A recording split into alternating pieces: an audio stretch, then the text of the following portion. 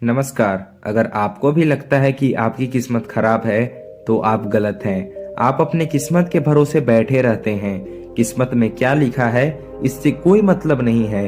आपको अपनी किस्मत को आपके मेहनत से बदलना होगा। आज इस कहानी के माध्यम से आप सब कुछ समझ जाएंगे और एक दिन सफल इंसान बन पाएंगे। एक जंगल में एक महात्मा रहते थे। उन महात्मा की खासियत यह थी कि वे किसी का भी भविष्य बता सकते थे। बड़े बड़े राजा उन्हें मानते थे और उनके बताए हुए मार्ग पर चलते थे। उस जंगल के बीचों बीच एक नदी गुजरती थी और उन महात्मा की कुटिया उस नदी के किनारे पर थी।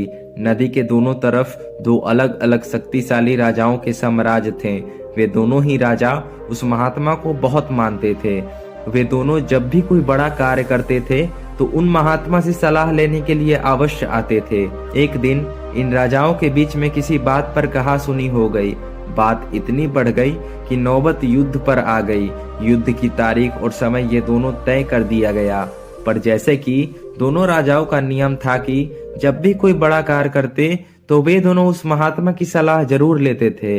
इसलिए पहला राजा उन महात्मा के पास आता है और उनसे पूछता है कि महात्मा जी, मैंने पड़ोस के राजा के साथ युद्ध करने का निश्चय किया है और इसलिए यह जानना चाहता हूँ कि युद्ध का परिणाम किसके पक्ष में होगा। वे महात्मा कहते हैं, यदि तुमने युद्ध किया तो तुम्हारी हार निश्चित है। फिर वो राजा महात्मा जी से पूछता है कि क्या जीतने का कोई भी उपाय नहीं है। वे महात्मा दोबारा कहते हैं, यदि तुमने युद्ध किया तो तुम्हारी हार निश्चित है। फिर वह राजा कहता है कि तलवार म्यान से निकल चुकी है, अब युद्ध टलेगा तो नहीं, जो होगा देखा जाएगा। फिर वो राजा उसी समय वहां से चला जाता है और अपने सेना से जी तोड़ मेहनत करने के लिए कहता है।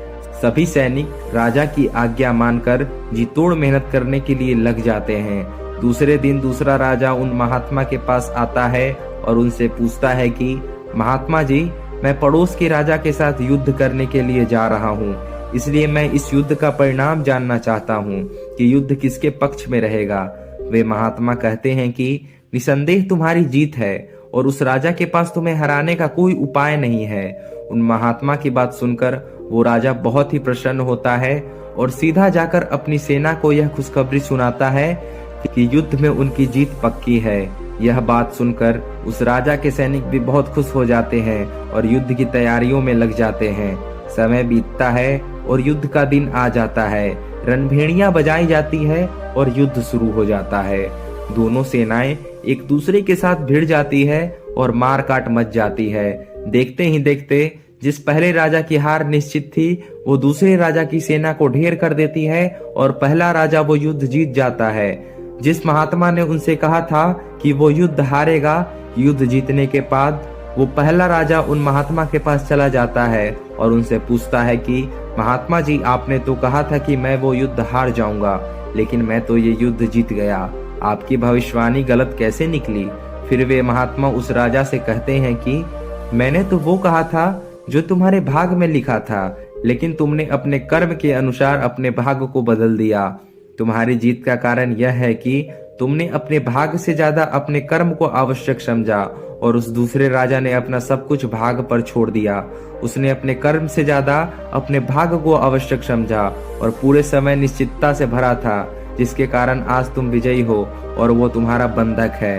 दोस्तों, यह बात सच है कि सब कुछ हमारे हाथ में नहीं होता, लेकिन यह भी सच है कि बहुत कुछ हमारे हाथ में होता है, लेकिन हम उसे उसी भाग के भरोसे छोड़कर जीवन भर रोना चुनते हैं। दोस्तों, लोग जानते हैं कि स्वस्थ कैसे रहा जा सकता है, लेकिन समय ना होने का बहाना बनाकर वे अपने अंदर बीमारियों को पालते रहते हैं और जब कोई गंभीर बीमारी हो जाती है तो वे लोग अपने भाग को दोष देना शुरू कर देते हैं।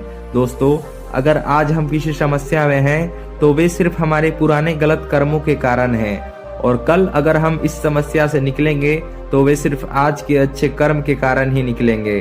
दोस्तों, अगर आप कुछ आज नहीं करते हैं तो कुछ तो होगा ही और वो आपका भाग्य है, और अगर आप आज अपने बुद्धि का इस्तेमाल करके वो करते हैं जो आप करना चाहते हैं तो वे आपका कर्म है। तो ये आपके ऊपर है कि आपको कुछ करना है या आपके भाग के भरोसे बैठे रहना है। दोस्तों, यह प्रश्न आवश्यक नहीं है भाग पहले से लिखा हुआ है या नहीं, बल्कि आवश्यक सवाल यह है कि क्या हम उन चीजों को भी भाग के भरोसे छोड़ रहे हैं जिन्हें हम बदल सकते हैं? दोस्तों, आज की इस कहानी से आपको क्या शिक्षा मिली, प्लीज आप हमें कमेंट करके बताइए। और अगर कहानी अच्छा लगा हो तो प्लीज हमारे चैनल को सब्सक्राइब कर लीजिए।